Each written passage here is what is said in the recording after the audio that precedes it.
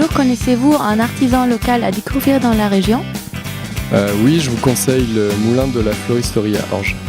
Oui, il y a le moulin de la Floristerie.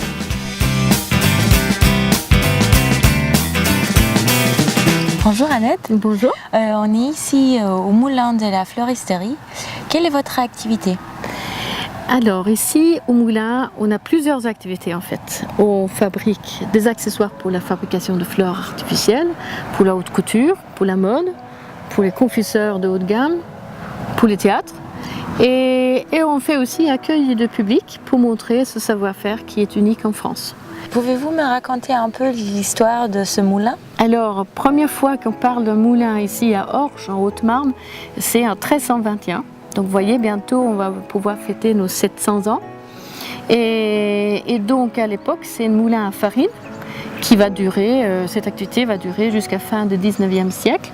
Et donc c'est notre première F. La deuxième F, c'est le fer, puisque ici on a aussi eu un haut fourneau et on a donc travaillé les minerais de fer pour pouvoir, une activité très importante en Haute-Marne.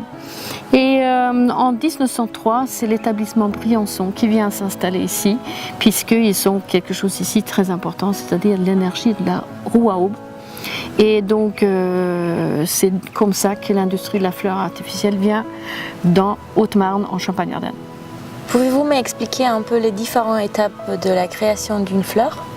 Oui, d'abord on va fabriquer les tiges, donc un fil de fer avec un coton autour.